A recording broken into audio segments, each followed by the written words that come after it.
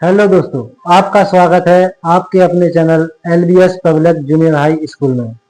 तो आज हम आपके लिए लेकर आए हैं क्लास 9 चैप्टर 3 परमाणु एवं अणु। तो आज हम जानेंगे इसमें परमाणु और अणुओं के बारे में कि परमाणु क्या होते हैं और अणु क्या होते हैं।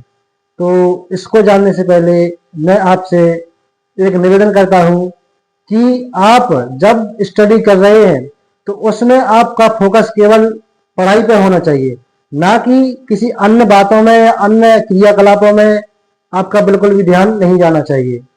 यदि आप अपनी स्टडी को एक अच्छी तरीके से करेंगे तो आप अवश्य उसमें सफल होंगे। ठीक है ना दोस्तों। तो चलिए हम चलते हैं आज की वीडियो पर, जिसमें हम देखेंगे क्या परमाणु और अणु, कि परमाणु क्या होते हैं और अणु क्या होते हैं। तो इससे पहले हम आपको इसको बताने से पहले आपको कुछ परिभाषाओं के रूप में बताएंगे, कुछ महत्वपूर्ण परिभाषाएं बताएंगे, जिसमें हम जानेंगे क्या कि तत्व क्या होते हैं और परमाणु क्या होते हैं, अणु क्या होते हैं और यौगिक क्या होते हैं। इन सबको हम समझेंगे। इसके बाद लेसन को स्टार्ट करेंगे। ठीक है ना दोस्तों। तो चलिए, सबसे पहले आपकी हेडिंग क्या होगी, तत्व। तत्व क्या होते हैं। हमने आपका जो पहला लेसन और सेकंड लेसन पढ़ाया है पदार्थों, हमारे आसपास के पदार्थ, तो उसमें हमने बहुत से तत्वों को समझा था और परमाणुओं को बताया था, और इसको डिटेल से हम यहाँ पे पढ़ लेंगे। ठीक है ना दोस्तों। तो अब हम इसमें देखते हैं क्या तत्व। तो आपको तत्व बताया क्या कि किसी पदार्थ का वह मूल पदार्थ, क्या किसी पदार्थ का वह मूल पदार्थ जिसे सरलीकृत नहीं किया जा सकता। इसका मतलब है इसको आप डिवाइड नहीं कर सकते। ठीक है ना, डिवाइड मतलब इसको अलग अलग नहीं कर सकते, तो जिसे आप क्या कहते हैं, तत्व। आप ये देखें क्या कि ऐसा कोई पदार्थ जिसको हम अलग नहीं कर सकते, जिसको किसी भी रासायनिक प्रक्रिया द्वारा भी हम उसको अलग नहीं कर सकते, वो क्या होता है, आपका तत्व होता है। क्योंकि वो एक केवल अपने आप से ही बनता है, जिसे हम अलग करने पर भी उसका मूल रूप अलग नहीं होगा, वो वही रहेगा।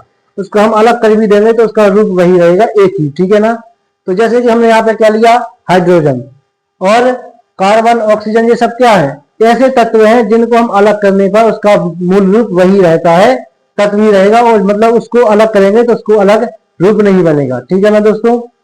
तो हमने क्या समझा इसमें कि किसी पदार्थ का वह मूल पदार्थ जिसे सरलीकृत नहीं किया जा सकता, वो आपका क्या होता है, तत्व होता है। ठीक है। जैसे कि हमने यहाँ पे लिया हाइड्रोजन, कार्बन और ऑक्सीजन, आयरन, सोना, चांदी, ये आदि, ये हमने आपको उदाहरण बताए हैं, ये सब आपके क्या है, ऐसे पदार्थ हैं जिनको अलग करने पर उसका मूल रूप परिवर्तित नहीं होता है। ठीक है ना दोस्तों। और अब आपकी अगली हेडिंग है क्या, परमाणु। अब परमाणु क्या होते हैं कि तत्व का वह सूक्ष्मतम रूप, मतलब तत्व का वह छोटे से छोटा कण जो उसके सभी गुणों को प्रदर्शित करता है। क्या, तत्व का वह छोटा से छोटा कण जिसका आप उसके सभी गुणों को प्रदर्शित करता है, वो आपका क्या कहलाता है, परमाणु कहलाता है। समझ में आया ना क्या, कि तत्व का वह सूक्ष्मतम कण जो उसके सभी गुणों को प्रदर्शित करता है। ठीक है, तो वो क्या कहलाते हैं, आपका परमाणु। ठीक है ना दोस्तों। और तत्व और परमाणु, आप वैसे आप कहें कि तत्व क्या है, जैसे ऑक्सीजन, कार्बन, ऑक्सीजन, आयरन, सोना, चांदी, सब क्या है, तत्व है। और परमाणु क्या है, तत्व का सूक्ष्मतम, मतलब तत्व का ही वह छोटे से छोटा कण जो उसके सभी गुणों को प्रदर्शित करता है, वह होता है आपका परमाणु। ठीक है ना। अब परमाणु होता है। अब उसी प्रकार देखेंगे हम क्या, इसमें अणु को क्या देखेंगे, इसमें अणु। अणु क्या होता है कि एक ही तत्व, या देखो एक ही तत्व, इस पर ध्यान देना है, और भिन्न भिन्न प्रकार, भिन्न भिन्न की दो या दो से अधिक परमाणुओं। ठीक है ना। एक ही तत्व या भिन्न भिन्न प्रकार के दो अधिक परमाणुओं के समूह, क्या, इनके समूह जो रासायनिक क्रिया से एक दूसरे से जुड़े हुए होते हैं, वो सब क्या कहलाते हैं, आपके अणु कहलाते हैं। ठीक है ना। ध्यान देना कि एक ही तत्व, कोई या तो कोई तत्व होगा या भिन्न भिन्न प्रकार के अन्य परमाणु होंगे जो किसी रासायनिक प्रक्रिया द्वारा एक दूसरे से जुड़े हुए होंगे, वो सब क्या कहलाते हैं, आपके अणु कहलाते हैं। आपको इसमें समझ में आ रहा होगा क्या कि परमाणुओं से मिलकर ही क्या बनते हैं, आपके अणु बनते हैं। परमाणुओं से मिलकर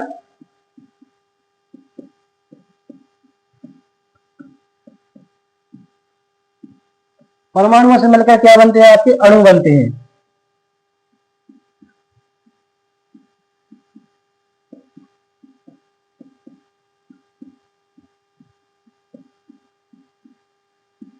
ठीक है ना दोस्तों, इतना समझ में आया क्या कि अन्य परमाणुओं से मिलकर, जो भिन्न भिन्न प्रकार के दो या दो से अधिक परमाणुओं से मिलकर आपका एक अणु बनता है। ठीक है ना दोस्तों, तो इतना समझ में आया। जैसे कि हमने यहाँ पे क्या लिया, O2। O2 क्या है, ऑक्सीजन। ऑक्सीजन किससे मिलकर बना है, ऑक्सीजन आपका जल और हाइड्रोजन,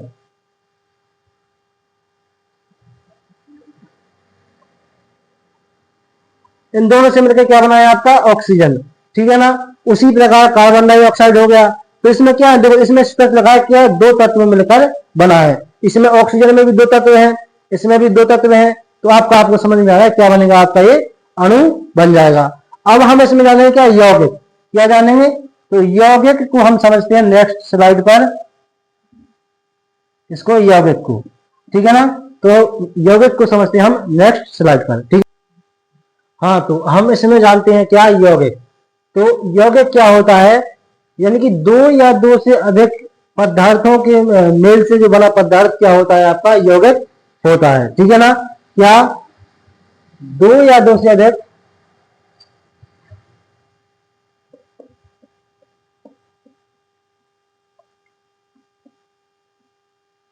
अधिक तत्वों से मिलकर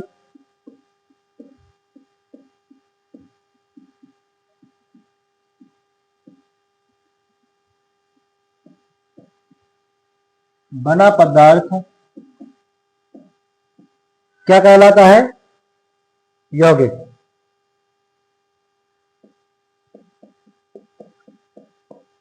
यौगिक कहलाता है। ठीक है ना दोस्तों,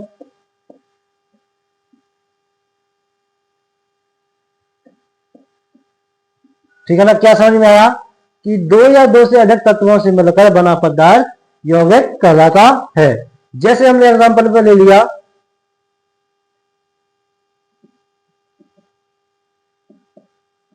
H2O, तो इसमें हमने दो तत्वों को मिलाया क्या, एक तो आपका इसमें हाइड्रोजन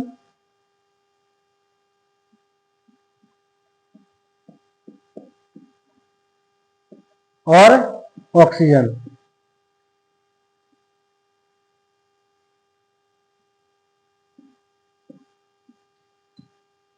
ठीक है ना, तो इसमें क्या दो तत्वों को मिल कर दिया तो क्या बन गया आपका H2O बन गया। ठीक है ना, इसी प्रकार अन्य पदार्थ जो दो या दो से अधिक तत्वों से मिलकर बने होते हैं वो सब आपके क्या कहलाते हैं, यौगिक। अब हम आपको एक स्लाइड के हिसाब से बताएं कि सबसे पहले क्या आता है, उससे क्या बनता है मिलकर। तो आप यहां पर समझे क्या कि आप, जैसे हमने आपको बताया था परमाणुओं से मिलकर क्या बनते हैं, अणु। आप इसमें समझेंगे सबसे पहला क्या आता है आपका, छोटा, सबसे छोटा कण कौन सा होता है, परमाणु। क्या होता है, परमाणु। ठीक है ना, तो ये सबसे छोटा कण होता है। क्या होता है, सबसे छोटा कण क्या होता है, ये होगा आपका सबसे छोटा।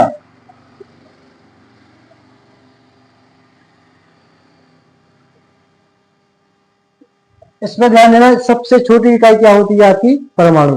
कोई भी तत्व या कोई भी पदार्थ हो, उसकी सबसे छोटी इकाई आपकी होगी परमाणु। ठीक है ना, अब परमाणु, देखो अब आपको हमने बताया कि परमाणु, दो परमाणुओं से मिलकर एक बात बनता है आपका एक तत्व। दो या दो से अधिक परमाणुओं से मिलकर बने पदार्थ को क्या कहते हैं, तत्व।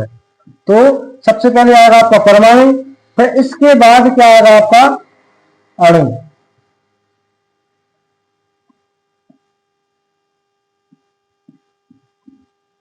ठीक है ना, कि सबसे छोटी इकाई क्या होगी, परमाणु। उसके बाद बनेगा आपका अणु, और अणुओं से मिलकर क्या बनेगा आपका तत्व। तो इसमें देखें, अणुओं से मिलकर बना पदार्थ तत्व कहलाता है। अच्छा, इसको यहां पे छोड़ा, मैं यहां पे दोबारा समझाते हैं आपको कैसे देखना।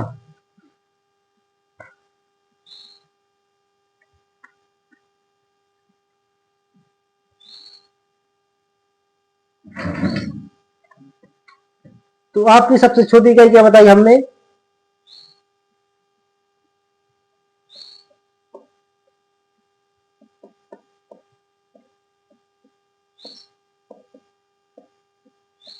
सबसे छोटी इकाई होगी आपकी परमाणु।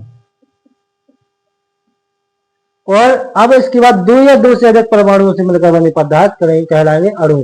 यानी कि पहली आपकी ये हो गई, दूसरे में लिखेंगे दो या दो से अधिक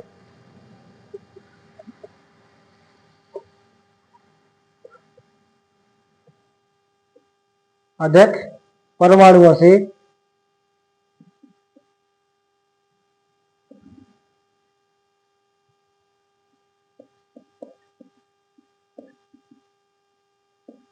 बने पदार्थ,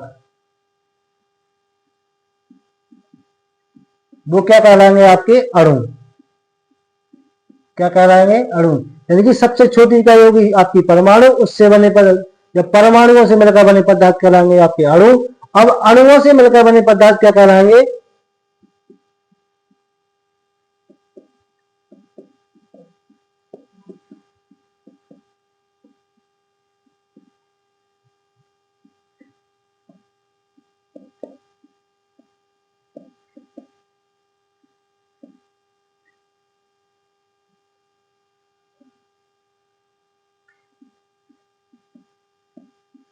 वो क्या कहलाएंगे आपके तत्व।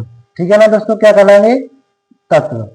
आपको ध्यान में सबसे छोटी इकाई होगी परमाणु, और परमाणु से मिलकर बने पदार्थ हो गए आपके अणु, और अणुओं से मिलकर बने पदार्थ हो गए आपके तत्व, और तत्वों से मिलकर बने पदार्थ आपके क्या कहलाएंगे यौगिक। ठीक है ना। तो तीसरे में देखेंगे हम इसमें, सॉरी तीसरा अपना ये हो गया, और फोर में देखेंगे दो या दो से अधिक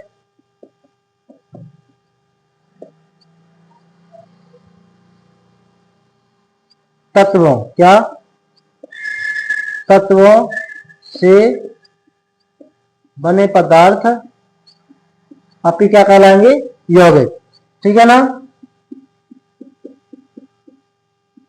इतना समझ में आया क्या कि आपकी सबसे छोटी इकाई होगी आपकी परमाणु, परमाणुओं से मिलकर बने आपके पदार्थ कहलाएंगे अणु, और अणुओं से पदार्थ बने को कहेंगे आप तत्व, और तत्वों से मिलकर बने पदार्थ को कहेंगे आप यौगिक।